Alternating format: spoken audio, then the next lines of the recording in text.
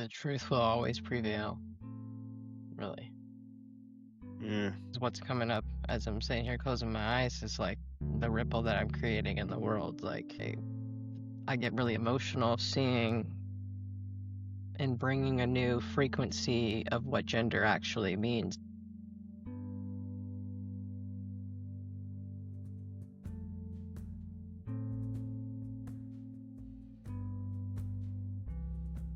There comes a moment when you choose yourself over the fear.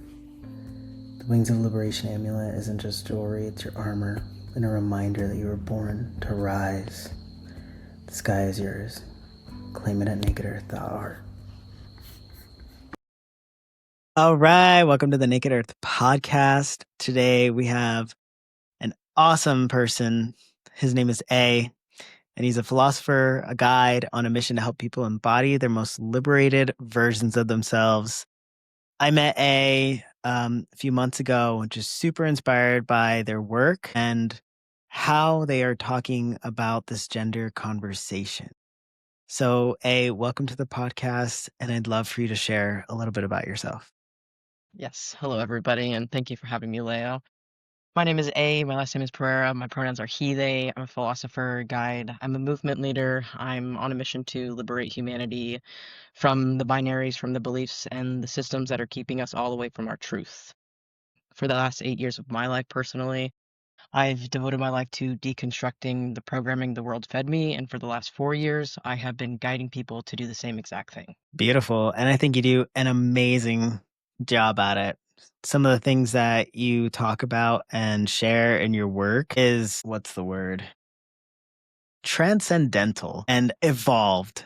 And I think you can really help a lot of queer, trans, non binary folks out there listening how to find more freedom and comfort in yourself as a person outside of all of these labels. So I'd love to start out this podcast with one, what's on your heart today?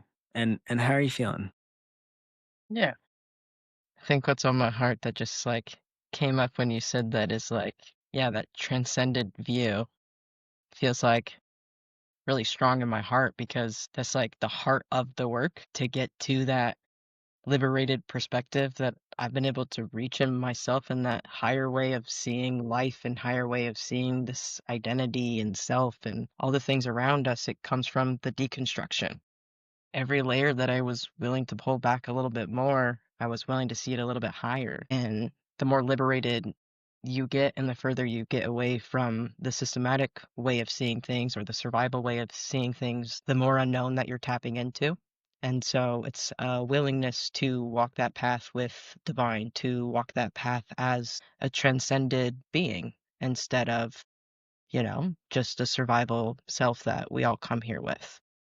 And that's what just came up on my heart is yeah, it is a liberated way of seeing, and it is a higher perspective. And it's a perspective that's been in my heart. It's landed in me from the divine since the moment that I can remember to walk. It's silently been poking at me, and I genuinely mean that. So my work came from that lived experience, plus dabbling into the coaching world and seeing one, how does this actually move people, shift people, and how can I actually use this to create a world movement? And that's where the basis of this work has come from, is that liberated space within myself and being willing to pull back those layers the world throws at you to block that liberated sense of self in here.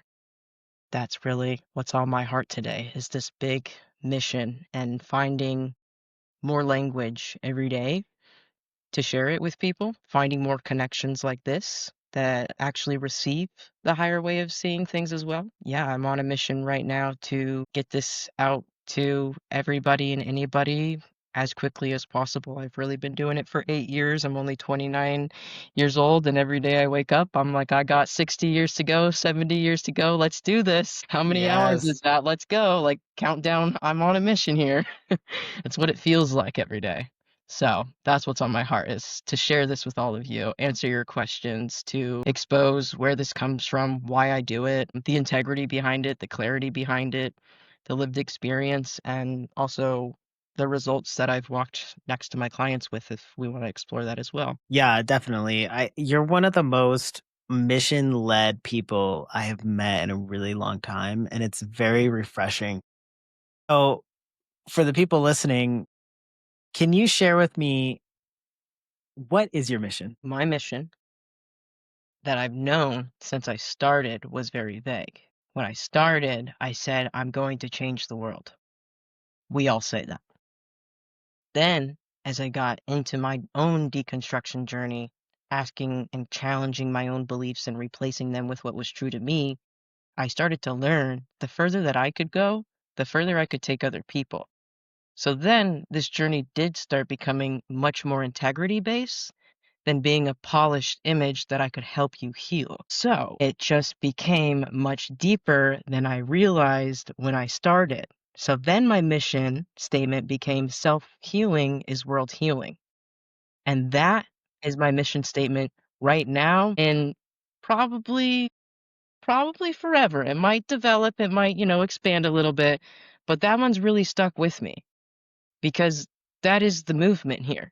My work is to teach you how to become your most powerful self. My work is to teach you how to become mission driven, how to create purpose in life, how to check in with your values, how to remove the things that are causing you stress in your life, that are causing you dysphoria, tension, that are causing you depression, anxiety, all of those things. My work is to bring you back to that self healing space in you because when you decide to heal yourself, you realize through healing yourself how much you can heal your relationships around you, your work environment around you, and any room that you go into. Self healing is world healing. And that's the very driver of this mission. That's the very driver of every single client that I work with. I'm like, how can I keep you going enough for you to realize that this work can expand you in ways that you don't even know yet? So, self healing is world healing is the very base of it all. Self healing is world healing. Absolutely. If we can't heal ourselves, how in the hell are we going to heal anybody else? True.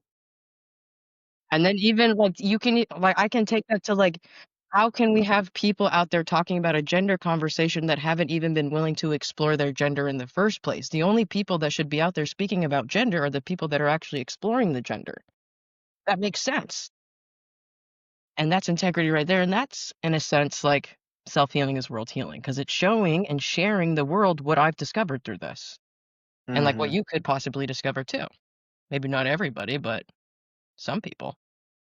Absolutely. How did you discover your healing journey and your gender journey? Tell me a little bit about that. May not be just a little bit, but tell me Really? about You tell me know? about your journey, to come to where you started, the middle, and where you're at now, and why is that so important from your lived experience?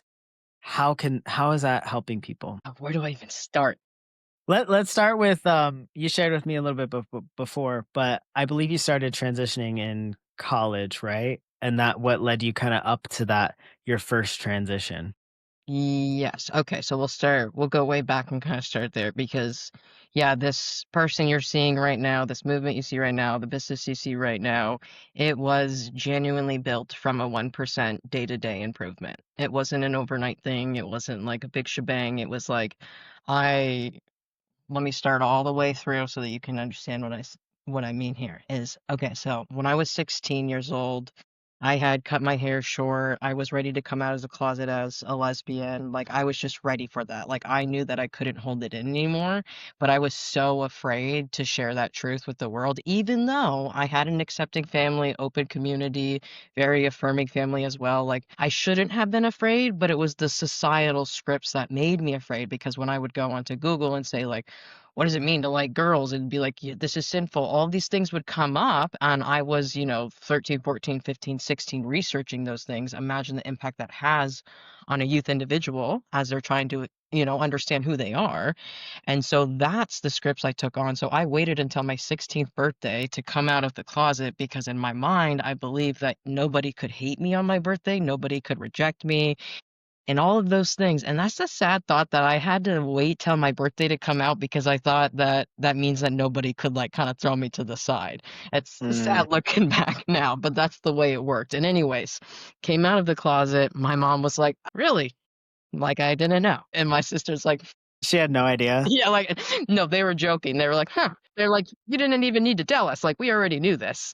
And then my sister was just kind of like, are you kidding? And I just like start bawling. And I'm like, what do you mean you guys knew? And like, all that stuff. Anyways, I came out of the closet and I was presenting as masculine basically my entire life. Like when I say I've lived outside the binary, I've lived outside the binary my entire life. Like I feel like I resonate with the two spirit language so much too, Elliot, but I know that like I can't take that on, but like I really resonate with the experience because through my lived experience growing up, I felt very like out of everything. Like I wasn't in the girl mix, I wasn't always in the boy mix, but I had like groups of friends that were boys, I had groups of friends that were girls. I never felt like I fit the script. I felt awkward in both. It was just always interesting growing up, I can say. I was just always really outgoing. I was really happy. I was really friendly. I could make you laugh. We could have a good time. That's how I got by growing up, is that I could just be friends with anybody and everybody. But I never had a group that I could really land in because I didn't resonate with girl or boy or this or that. It was weird. So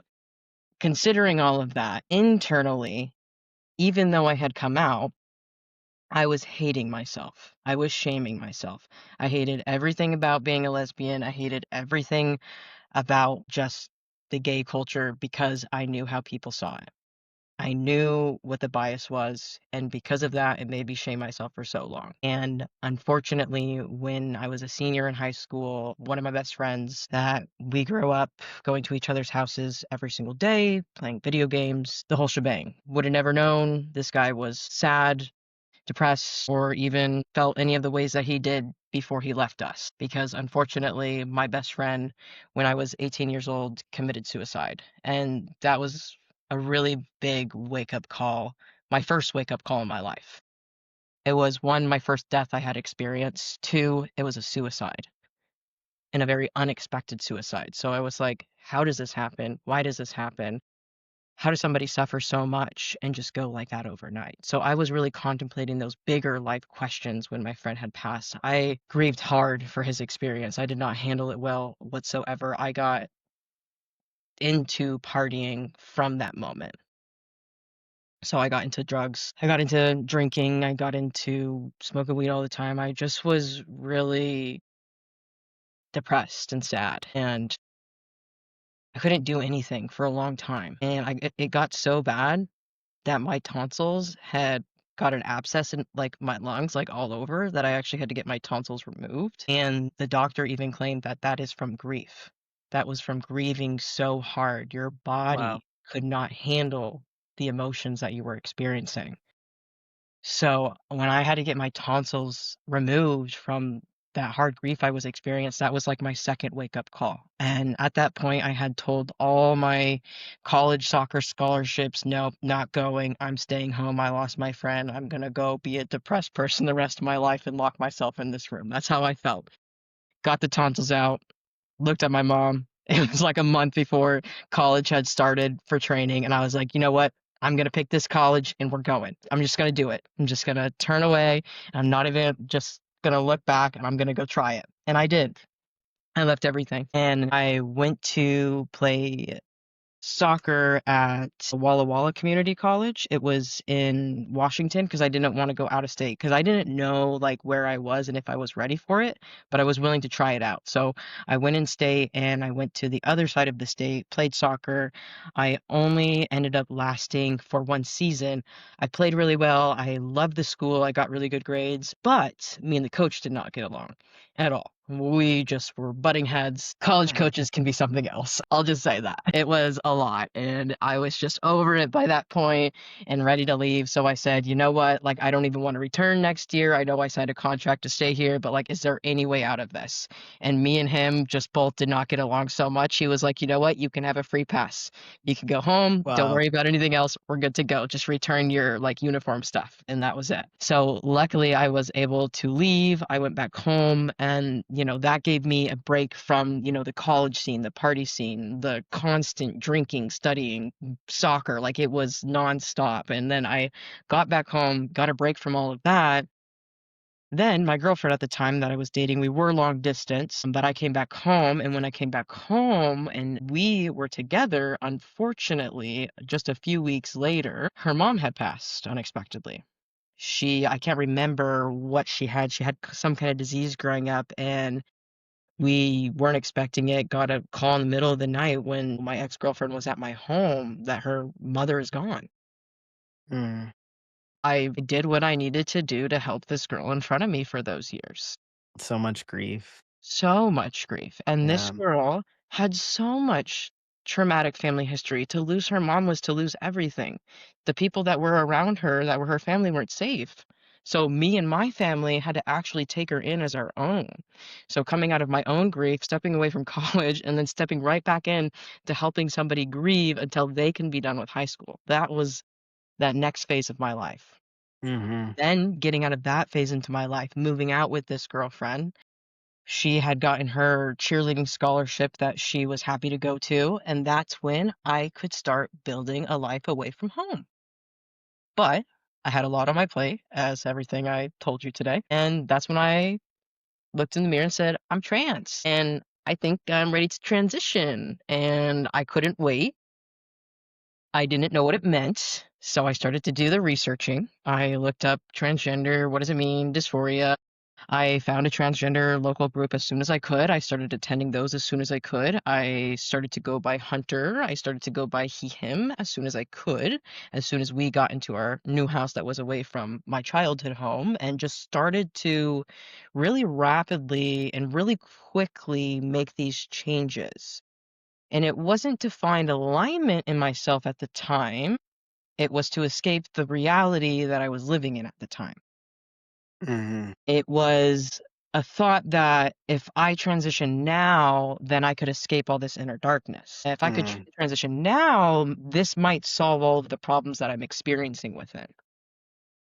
And so when you go in with that mindset and you're carrying the things that I'm carrying, you discover later on in your gender journey that's not going to save you. And so 8 months into my transition, after coming out as Hunter and he, him, and being on my regular dose of hormones, I think they started me at 0.25 for a couple weeks and then right away went up to 0.5 every week. And it was intense. It was really It intense.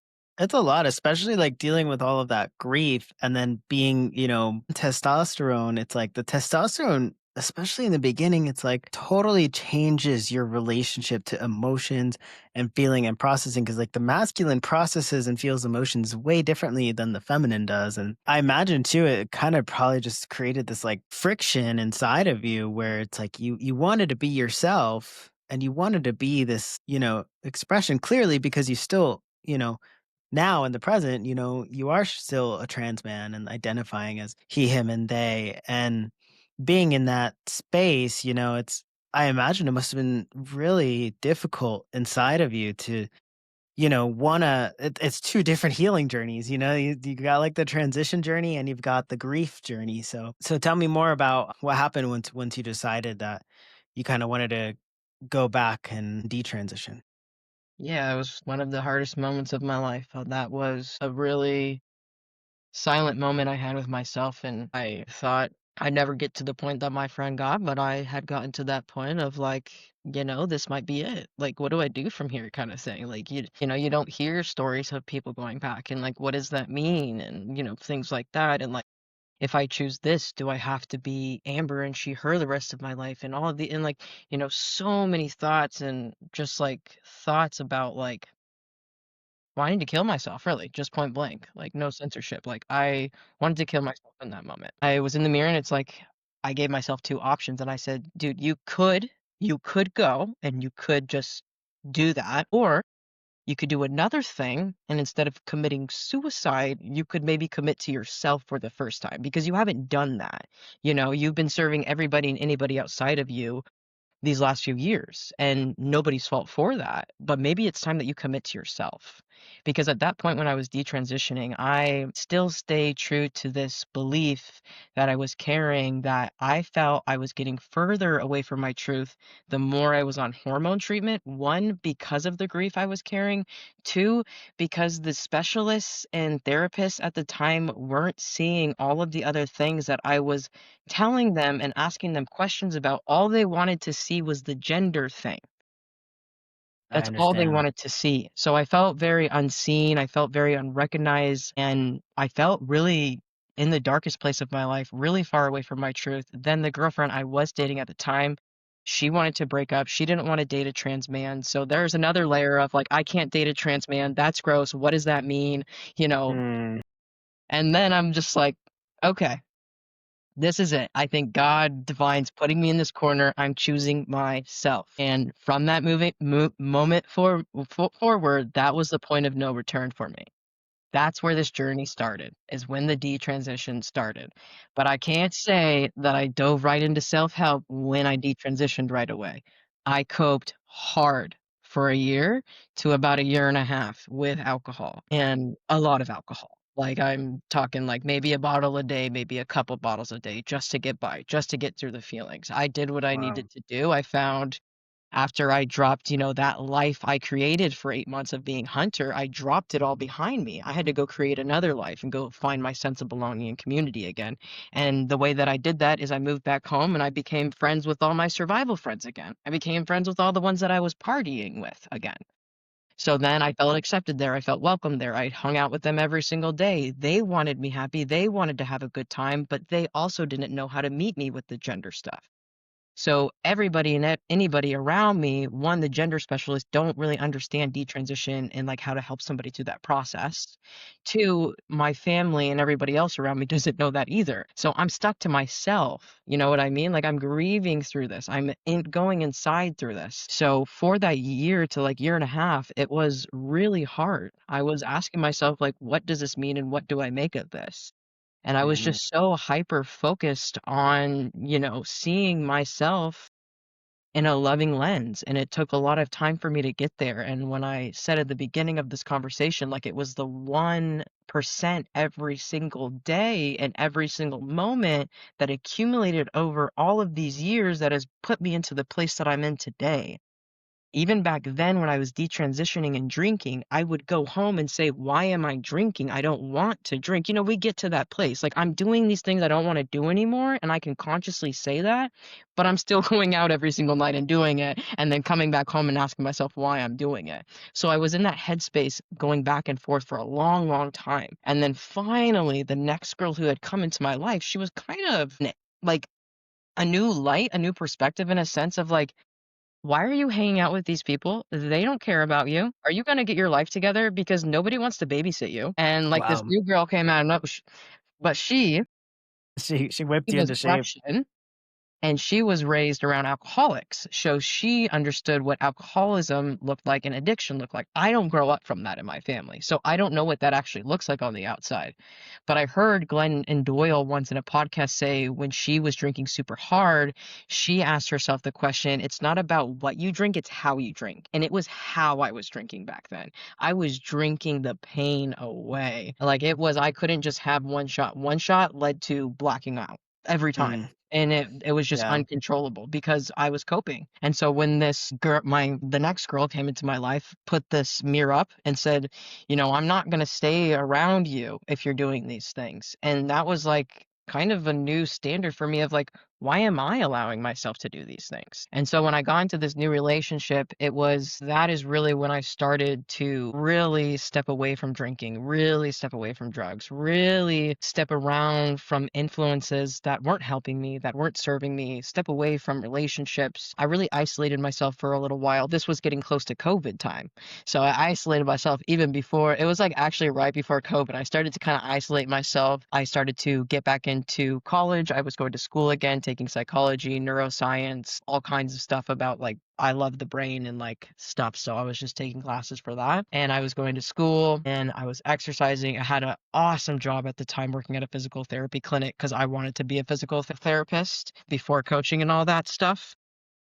So I had everything on the outside, looked like I had it all back together, and it was feeling good. It was feeling gravy because, like, I really do mean, even though I was living as my survival self, I'm using all of the same frameworks and techniques as I am on myself today in my retransition as I was back then during my detransition. And I don't think people really understand that. But that's the process that I'm walking myself through right now. It's the same one that when I was detransitioning, I'm doing the same thing when I'm retransitioning.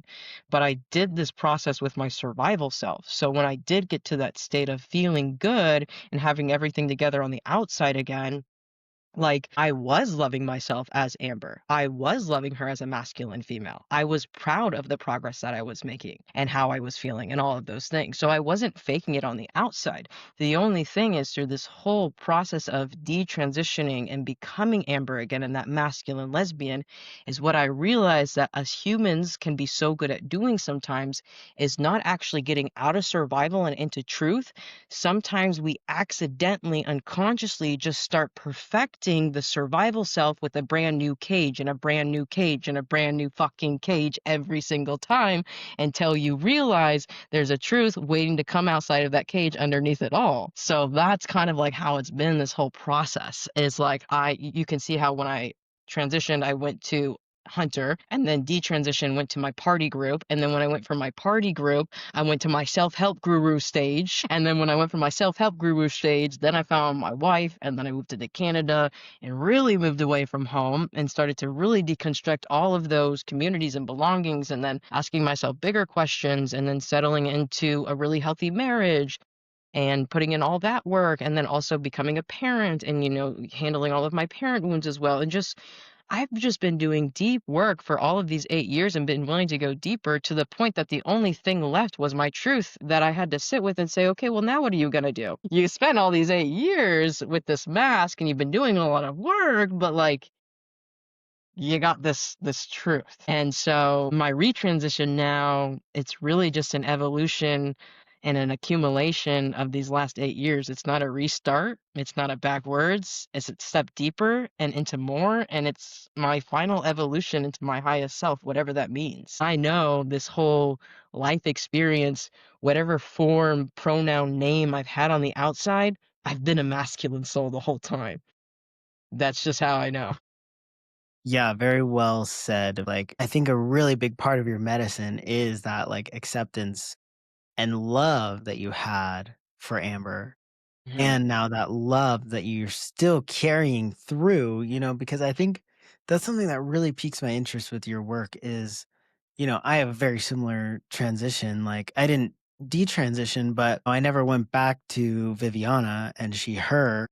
But I did go back and, like, start to accept my body the way that it was, accept having a womb, accept having a vagina, accept having breasts, and, like, even just being a trans man and, like, saying that, like, I know it's gonna trigger a lot of people. So I that actually kinda brings me to another question. So, like, you're here now.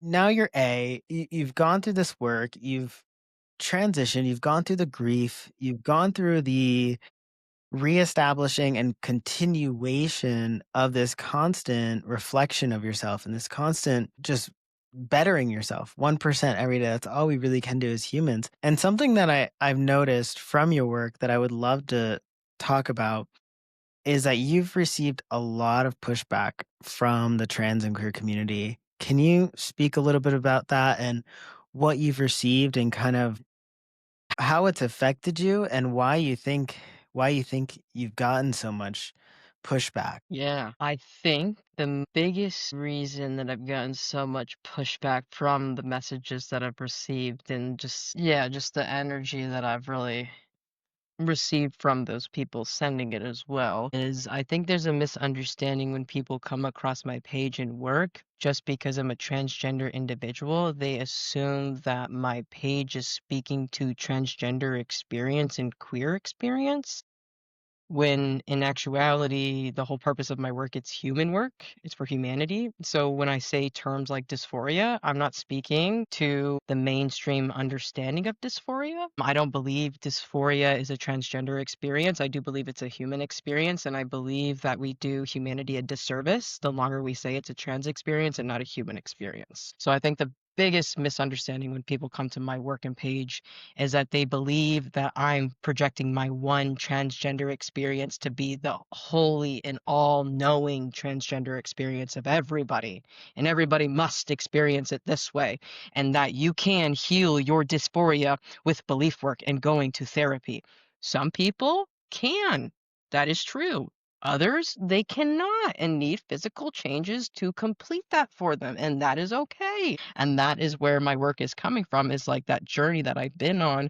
It's a lot of my work and philosophy is that personal lived experience combined with like the modalities and coaching and investments and things like that. So those two combinations together is a lot of my work. And a lot of people take that as I'm just a know-it-all or all kinds of different things. But I think when I get down to the nitty-gritty of it all, this misunderstanding, this work isn't for transgender people. This work is for all humans. A lot of messages that I receive are all over the place, but I think the best place to possibly start with this conversation is like this philosophy and business or services and guides and everything that you see that I'm doing now has only been live in the world for 4 months. However, I've been an entrepreneur for 4 years. Sorry, I say 3 years because that's as long as I had the queer LGBTQ coaching business. So that was a 3-year thing.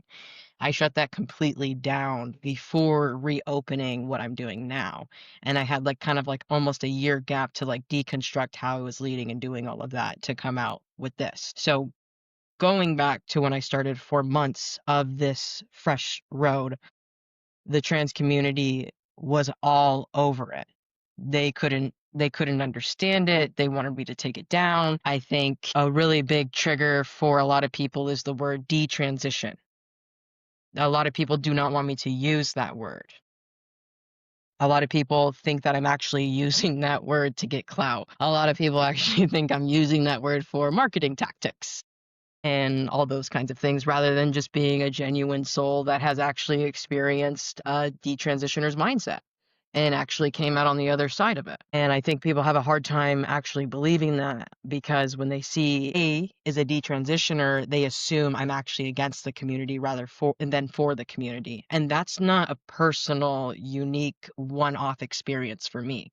If you go to any other detransitioner online, you're going to see the same exact pushback happen because even though I've been experiencing so much just like lack of a better way of explaining it, but like energetically, it just feels like claws at me. And that's how I explain it. I just feel like claws are at me from this community.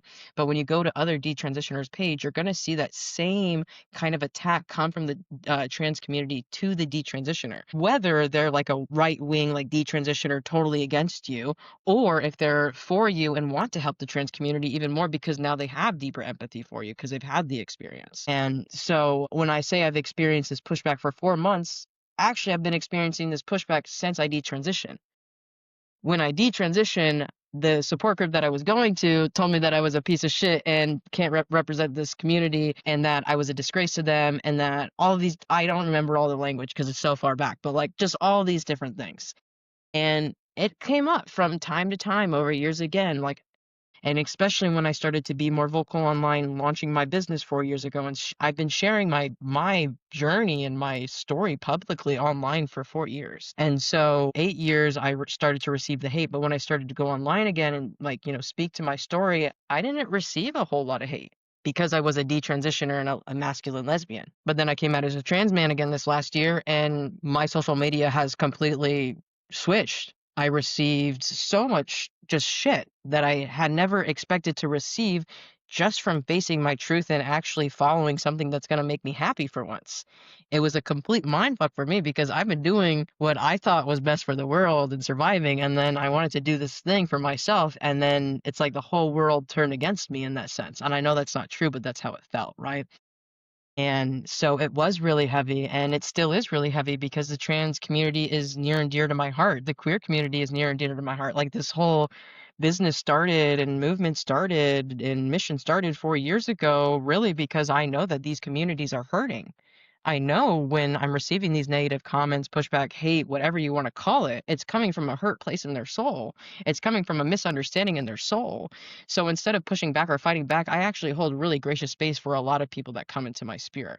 I don't care how you come at me, what you project onto me. I'm here to hold space for you because the only way that I've healed myself through the process is having and understanding what it's like to actually, as crazy as as woo as this sounds, as what it's what it feels like to be held by the divinity, what it feels like to be held by God, your higher self, whatever you want to label that, just spirit, okay? Whatever it is, there's something there. But when spirit holds me, spirit waits for me. Spirit waits for me to find my own answers. Spirit holds me.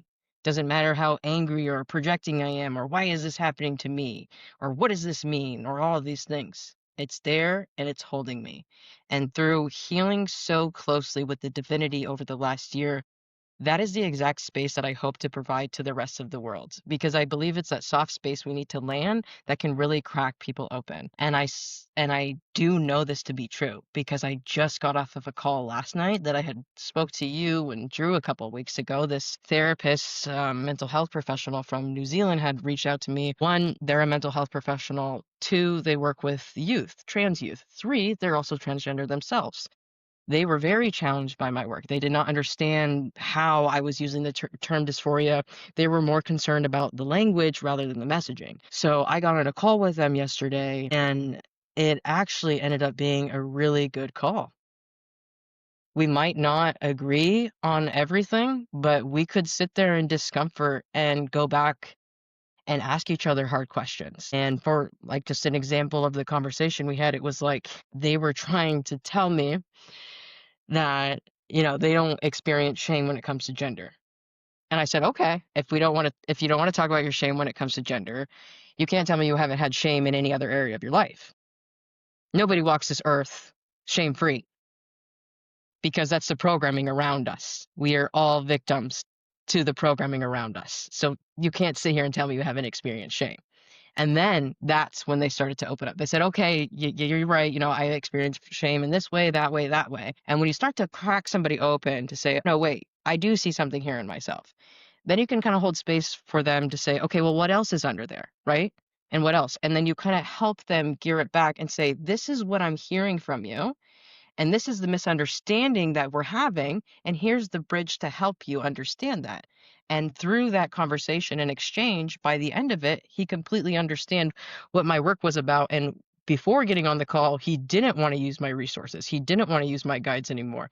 Getting off the call, he is going to use my resources and he is going to use my guides just in a new way that we agreed on together, because he is working with youth and a lot of my language is intense. If you go onto my Instagram, if you go into my free guides, if you go into my paid guides, it's intense language because that's intentional, because I'm asking you, are you ready to go this deep with yourself? If language is going to bother you, my work is not for you. My work will not help you if you're going to be concerned about the language. So my language is intense for the purpose of asking yourself, are you at the point in the journey where you're ready to take yourself deeper? And that's kind of where my language sets the tone for you. But anyways, that's an example of like how I hold space for the haters, how I hold space for the negative comments, because I don't believe that they're separate from the mission. I believe that they all actually add up to the bigger picture. I believe that, you and I are, on our own individual missions and we want to help one another like achieve our goals and achieve these things. But also I have that same mentality when it comes to the people that are against me. They don't realize that we're all on the same team. At the end of the day, we are on the same team, whether they want to see it that way or not. I still see it that way, and I'm going to still choose to show up in those ways. And so I've really learned how to show up in that higher leadership from turning my comments off. I could not be who I am today and the leader I am right now if I didn't have the courage to turn my comments off 4 months ago when I started to receive a lot of crap. Ever since I turned my comments off, it's really given me the space to say, how do I want to lead? And how do I want this message to come across? And without all the noise, all the time, and the questions and the opinions, what is going to come through louder? And it's been so amazing. And I won't have my comments off forever, but one, it's serving the mission, great. And two, it's really serving my mental health, great. And three, I'm still in the middle and it will never ever be over. But like I'm only a year out of retransitioning. Like I I'm very integrity lead. Like I do what I tell other people to do. Like if I'm not ready to hold space for the amount of dialogue and projections that are going to happen in my comment section that I know is going to come with it, why would I put myself in a position like that? I'm not going to do that until I feel ready. And when I feel ready, I will open my comment section again because I have, besides the hate comments, so many people that reach out on a daily basis and say they feel the same exact way inside. I get questions all the time. Can you please turn your comments on? I really want to connect with other people that feel this way. And I know in my heart, even though my comments are off, there's an entire community out in the world that feels just disconnected from themselves and they don't have the language for it because it's only in the trans conversation. And so when you come to my work and my page, you're like, oh, this does apply to me. Oh, this does resonate with me. And so they want to connect with more communities. And that's, although I don't have my comments open for people to connect with people like that, I did open up a weekly Q&A session so that I could have a little bit more community for people and they could connect that way. So I do that now every Wednesday at 5 p.m. Eastern Standard Time. And it's a really great space just to come. We do a mini lesson and then we just have open heart space time, ask questions and talk about the liberation journey that we're on. I love that. I love how you handle the hate and you handle the confusion and that you understand that it's not so much like hate, it's just really like nobody's really been talking much about this. I think because there is this strong pushback from the trans community of like, no, if you don't hate yourself and if you don't kill who you used to be, then you're not really trans. And it's just like, honestly, like, love y'all, but that's bullshit. Like, we get to heal and integrate who we are because when we heal and integrate who we are and the wholeness of ourselves and the fact that you may not want to identify as two-spirit, but I really strongly believe that like all trans people are two-spirited. It's like we are the bridge, we are the healers, we are the connection to help heal the wounds in the masculine and in the feminine collective. Like until we as trans people can get our shit together and heal and integrate both sides, we're not going to be and step into the power that we are meant to be, which is why there are so many trans and queer people out now, like more than there ever has been before, because we've manifested here at this time for a reason. And I really feel like you're doing that work. And you talk a lot about liberation. And that's kind of like freedom. And so I'd love to hear what is your definition of liberation and how do you support people in getting there? Yeah. Liberation in my definition is being free of all societal scripts and living a life by your own design definition. Really, that's all that it is. The fact that I'm a liberated being is just me choosing not to live by the scripts anymore, just not to play into those things anymore, not to play into this survival patterns that I have. They're still there. I notice them, but I just actively choose not to engage with them. So that's what liberation means to me, and how I help people do this work.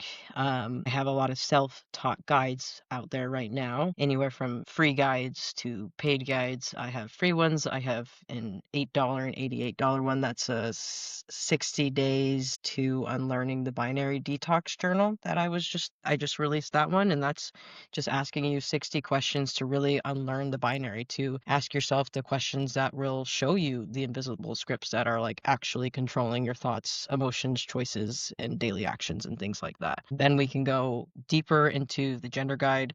That's where we explore gender, really self, the connection to self. Like it's so interesting that I named it the gender guide because when you go inside the gender guide, it's nothing to do with gender and it's everything to do with your connection to self. But in a hindsight, higher perspective, your connection to self is your connection to your gender, because the spiritual perspective of gender is your definition of gender, not anybody's definition of your gender outside of you. It is yours to define for yourself. So my gender guide, the Power of Beliefs gender guide, actually walks you through how to, one, see yourself in that way and the tools to actually start living in that way as well. And that's all self-guided, self-taught. And then there's the deconstruction guide that goes right next to the Power of Beliefs gender guide. And that deconstruction guide is all helping you dismantle all of the internalized systems that we have taken on from societal conditioning. And it's not only walking you through how to deconstruct those things and giving you those tools to do that,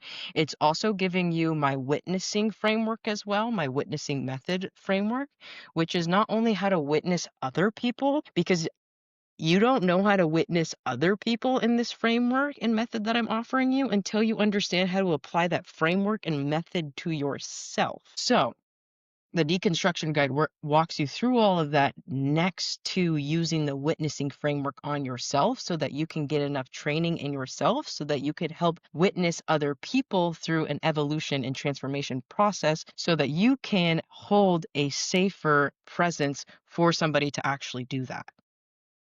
So it walks you through that because witnessing yourself is really important. Holding space for myself and holding space for yourself is one of the most important things in this world. It's how you hold space for yourself really shapes everything in your life. And that's how I think and that's how I view it. So that's really the basis of the deconstruction guide. Those are all most of my guides that I just went through. And then my biggest offer right now is the Liberation Intensive, which is a 6-week group intensive where we work with 5 to 8 people at a time and we walk them through a topic every single week. We start with the science of, mindset work and neuroscience. Like, why does this stuff actually matter on a like neurological level, on a biochemical level as well? Like, you need to understand, like, we're not just shooting the shots to do affirmations and do these self-help tools to shoot the shots. Like, these are actually chemically changing you, and I'm going to show you how that works. And so we actually start in the intensive in a much more like science logical perspective so that we hit the logical side of the brain. And then after that, we open them up into like, okay, what are these collective scripts that you've taken on? Let's start peeling them back. We kind of take them on similarly but differently. It's kind of fascinating when you're the guide behind the work and seeing how different people internalize it and how it impacts them differently but similarly. It's fascinating. So anyways, during week 2 to 3 we open them up to these collective scripts that they've taken on. From there into like week 4 or 5, then we go into like emotional intelligence. A lot of like self-help when it comes to emotions really fucked me up because I feel like I was emotionally intelligent, but I wasn't actually emotionally intelligent. I was just managing my emotions with mindset work and belief work and not actually allowing myself to feel the feelings underneath the surface. So a lot of like week 4 to 5 is like helping you understand your emotions on a deeper level, helping you understand your emotions on a spiritual level, also helping you understand like the body keeps score. And so are we healed enough on our journey? Because most of the people coming into the intensive have been on their healing journey from anywhere from at least 3 to 4 years. Because when you're going into the liberation intensive, you're hitting a wall and you're like, I can't go deeper with therapy, I can't go deeper with self-help. And then that's where this work comes in. So when we get to the emotional aspect and we're asking our clients inside the space, like, is the emotion you're having right now a memory in your body, or is it actually happening right now in front of you from the event? And most of the time, 90% of the time, it's happening in our body and we're reacting to the bodily sensations. So it's helping them create that space to know that you don't actually have to be in those patterns anymore because you've done all the healing work over the years to connect all the dots. You've felt this emotion enough, and all you're doing right now is repeating a cycle because that emotion is so familiar to you. So I get them out of the familiar emotions and I get them into higher emotions from there. And then after all of this work that I teach them, then I get them to the last week of like momentum and integrating this work on for the rest of their life, basically. Because what I walk them through in the 6 weeks, I don't promise results.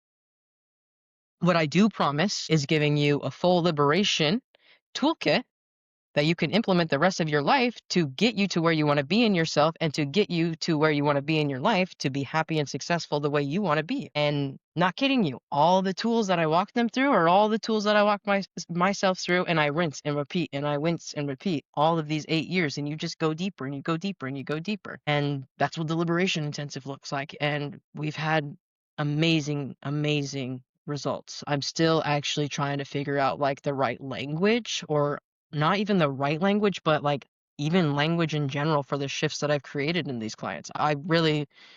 It's so like there's not language for it. I don't like know how to explain it yet. And I genuinely mean that. And I ask my clients to explain it to me too, and they can't either. Yeah, I was gonna say, like, what do they say about it and their experience? It's difficult when you get to a certain point after, like you're saying, not just intellectualizing and knowing all the right verbiage for healing and processing and feeling your emotions and then, like, actually doing it. Truly, what's left is liberation. Mhm. It So is. the word that you chose for is very, accurate. Yeah, Thank because you. once you're liberated and when you feel free, really where the work comes in is like, what do you do with it? Hmm. When you get out of that space of no longer feeling like you constantly have to do the work and no longer feeling like, I mean, the work is never done, but once you feel like you're kind of, past that point of like that deep work, when you are in these suicidal places or when you are in these depressive or addictive or any kind of these spaces and you kind of get through that, you kind of come to a point where what's next? And especially for people, I also, was in a suicidal phase of my life, but like once you kind of when you get through that and you don't wanna die anymore, it's like, really the question is, I never thought about what would come next, and so I think that's where the work comes after is, what do you do next with it? And I think you're doing it, you find a passion, you find a purpose, you find a mission, and you help others do the same because life is about relationships and Hmm. what you wanna be remembered for. It's not what you do, it really is how you make other people feel. Yeah, Don't remember what you say, they really remember how you make them feel. yeah. Hmm. So I come towards the end of every podcast asking this one question to every person, and I invite you to close your eyes. It's not a meditation, just a question. But take a deep breath in, and when you exhale, imagine that you are a giant ripple into the universe. And imagining that that ripple is going to affect one, two, 7 generations after you. What message do you want to be carried in that ripple? The truth will always prevail, really. Mm, What's coming up as I'm sitting here closing my eyes is like the ripple that I'm creating in the world. Like I get really emotional seeing and bringing a new frequency of what gender actually means and how that can actually liberate everybody from pain and what that could actually do for the world. And I think through a lot of this work and conversations, I'm just going to keep learning more and more. Like, the truth will prevail. I feel like so much of our humanity and the soul of humanity has truly been ripped away from us. And I don't really know what that means, but it's in my body's memory somewhere of the soul of humanity was completely ripped away from us. And I'm here to live this life to understand what was ripped away from us and let the truth prevail. And whatever that looks like will be. And that's what really comes through. the truth. The truth will always set us free and be clear.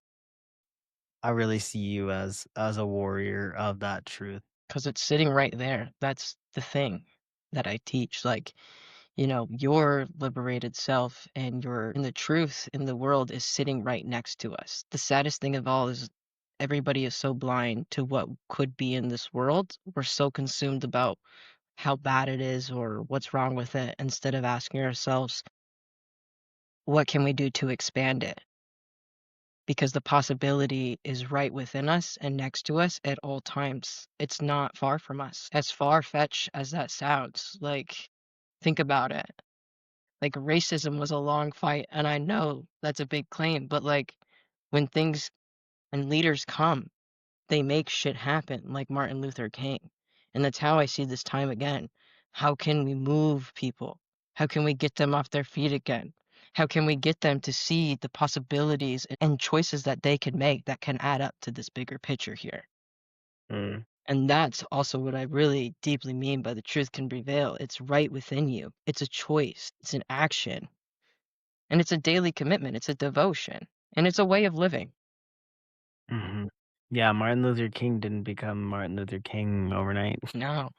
He fought and he fought every day in quiet. And he's just one example. There's so many amazing leaders in history that I look to and read about, and they're just so incredible. It's just that silent devotion to humanity. And they sit within and say, what can I do with that? And you can do some amazing things We are because your capable of potential so much is, more. we are, your and mine and human potential scientifically proven is limitless. You can't put science on human potential. So it's not a question if we can or can't in this lifetime. It's a question of who the fuck is willing to get up and do it. I am. Yeah.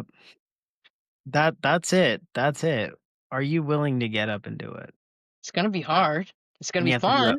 Like, over and over and over again. And to do that, you gotta have people in your corner. Yes. And you gotta have that bigger mission.